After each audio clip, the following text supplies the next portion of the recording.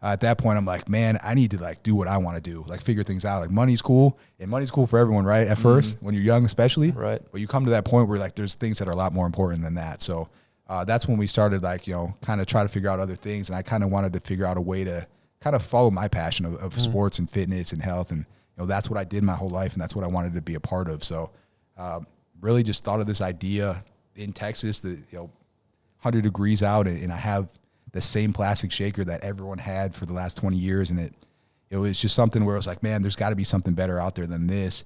And when I looked for it, there was just nothing out there. So at that point, I'm like, hey, I'm just going to make a really cool cup for myself, like that I could use all day, every day. Like I was the most simple dude. Like I hated using like more than one cup in a day because I didn't want to fill the dishwasher up. Or like the sink. So I'd be like, I'm going to use the same cup all day, but I can't bring it to the gym, or like I can't bring it to work. So now I got to use 3, and now there's 3 in the sink. Like I just want 1. So that's kind of where it came from. Like I just wanted to make one cup that I could use all day, every day. And, also be able to go to the gym and be like, hey, I'm working. Like I could put my gym membership on my business card. Like that was cool. Yeah. That was like a cool idea for me. So you were, and correct me if I'm wrong, there may have been something else out there, but at the time you were the first metal protein shaker, right? The insulated protein shaker on the market. Yeah. So at that time, there was a bunch of other like insulated cups. Yeah. So like Yeti was out there, like Hydro Flask, all them, and I had a Yeti, and I was like, this is awesome. But we're actually. But we were. And you try to put your thumb over it, right? You're trying to shake it, right? It's going everywhere. Chocolate protein all over your truck. And like I'm bringing it to work. I'm like, this is awesome, but I can't bring it to the gym. And we're personalizing them too, like crazy, man. Like there was like thousands of these things coming through our store, and we were selling them for like $150 a piece with personalization on them. Wow.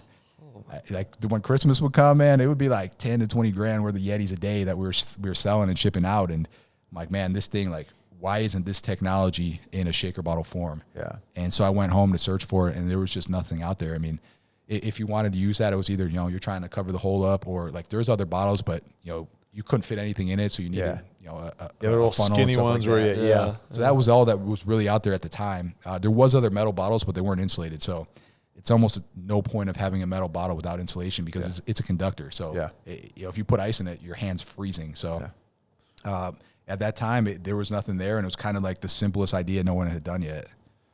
So when you created this business plan and this idea, what were the steps? Like, hey, okay, now I got to write a business plan. I got to get investors. What was that process? So there was zero process of business plan or anything, man.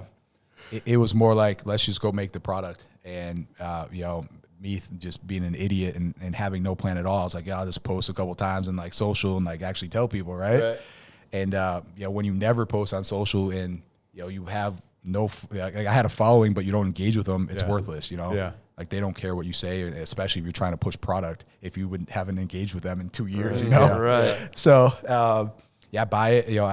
I get a bunch of prototypes. I finally get a. How did you know where to go though to like get it made? Like, I mean, was it just through the industry, the business you had relationships? So we were sourcing all of our own product for the other company. So I had the relationships already. Like, we went out and we made really good, high quality gifts, and then we were branding them to my wife's business and all that, and like the packaging, all that was already being done. So I used those same connections and.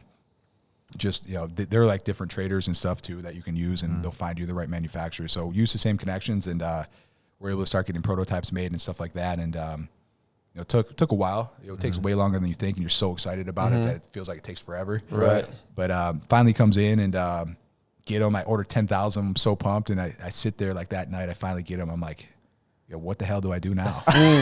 like no game plan, man.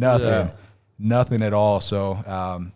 At that time, like I went and I refused to like spend money, man. Like it was kind of like how our parents raised us, like, save your money. Like I wasn't going to pay for ads or anything. Right. You did accountant background as well. Man, so like super cheap with it. And you'll try to make every penny last. And I spent a lot of money like getting product and stuff and all that. So I didn't want to spend money on advertising. So I tried to just do like the SEO thing with the website. And the main thing that really helped was Amazon at the time. Yeah. So like I used someone else's audience to build it. And what I did was I went on there and I searched all the terms and saw like what all the top listings were doing. So like why was this one the first one to show up? And then I'd kind of copy what they would do. I'd look at it, be like, all right, these are all the keywords that they're ranking for. Well, that keyword shows up in the title, shows up in the description, multiple times or keyword stuff in it. Let me try that. Let me see if it works.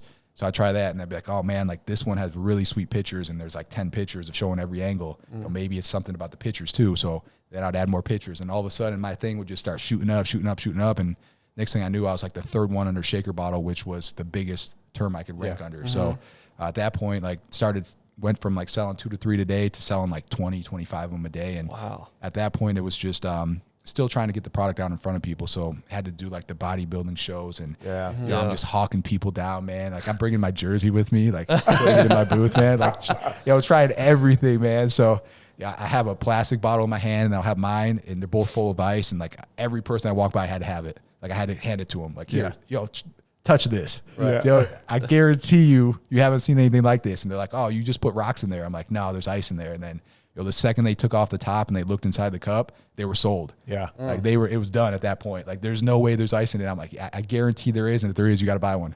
And they're like, okay, okay. And so that's just had to just grind it out, man, at the beginning and get it in people's hands. And I just wanted to also just prove that it was something worth the time. Yeah. You don't know. I mean, you get excited about something, you think it's a great idea, but it's your idea. So like you always think it's great. Yeah. But you got to see how other people respond to it to know if it's actually something that people want.